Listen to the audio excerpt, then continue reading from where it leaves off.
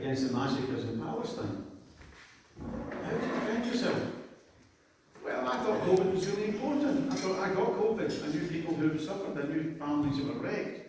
But we felt that on balance we were justified. What was happening in Gaza? What was happening in Palestine?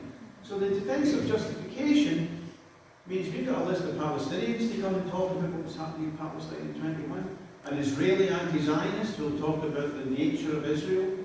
Somebody an expert on the arms trade to talk about the weapons that were going from Govan or from Crutoe in Edinburgh or from Brussels to help the Israelis kill Palestinians. And he'll be talking about the message that Britain was sending to Palestine by sending weapons to Israel. We are prepared to facilitate your massacre. And therefore we needed to send a countervailing message, a message of solidarity. We had no choice. So when we go into court, it's not about me or him. It's about what's happening in Palestine, what's happening with the arms companies here. We are going to talk about what we want to talk about anyway. But with the prospect of breaking through the ceiling the BBC used to interview me on Radio Scotland for 7 minutes every massacre. So every 5 years or so. They stopped that. They shut out, pretty much. Just pretty much shut out. But when there's a case, when there's a Scottish case in a courtroom, and certainly one for terrorism, it's newsworthy. But we want to use that newsworthiness to talk about what we were going to talk about anyway, which was the horror of what's happening in Palestine, the complicity of the British government, and the need for solidarity. So far from being a distraction, I see it's an opportunity. You see, there may be some people in this room, let's discuss it, who think that the BBC is absolutely terrible. And it used to be so much better. There's been a fall from grace. My argument is there's no fall from grace. They were always like this, right? Always like this.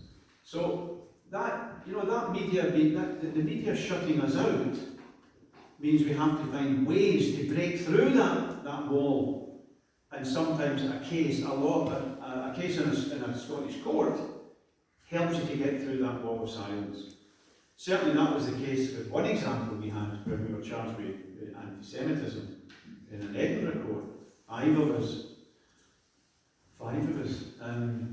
And it was great because it was very boring for very long. Because somebody said war is long periods of boredom interrupted by periods of terror, right?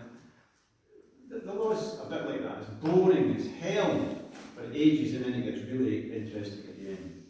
But the fact is, if it plays out right, you can get a lot of publicity. And with one case we did, where we were accused of anti-Semitism for saying the words end the siege of Gaza, for God's sake. But we ended up winning, and that victory, there was a later attack on the University College Union. Some Zionist academic accused them of being anti-Semitic towards him. I mean, it was the usual, it was based on nothing, right? Based on absolutely nothing. But he went to court with a lot of money from the Israeli embassy and took the UCU to court. Now, it was wonderful. The Employment Tribunal found for the UCU on everything. This guy was left crying. I never saw him crying, but he must have come home that night and cried all night because he got smashed by these judges in a very senior tribunal. And it was lovely because they used our case as an example. You know, because British law is often case law. This was what the judge found on this day in this example, so why don't you follow it? Or you should follow it unless you've got a reason against. So that effort had a spin-off. And also some of you, who knows, you have to be a real nerd, but Lord Bracondale did a study of Scottish hate crime.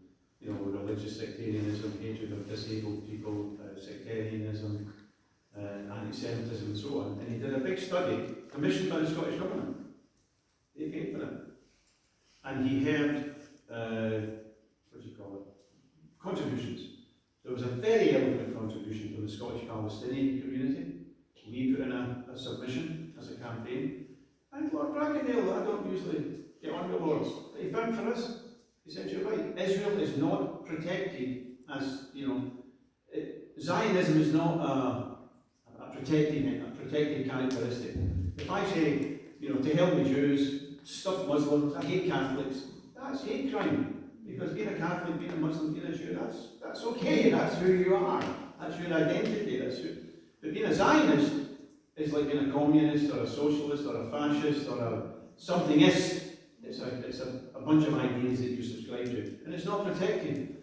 So he found in favour of that. And what that has meant, and I don't know if you can think about this going forward, the Glasgow City Council and the Scottish Government have adopted this wretched IHRA definition of anti-Semitism, which is all about protecting Israel. I mean, it's all about protecting Israel, and was designed to do so. And what they did, they've accepted this IHRA definition, i.e. don't be too hard on the criticism of Israel, even though it's killing all the kids in the incubators.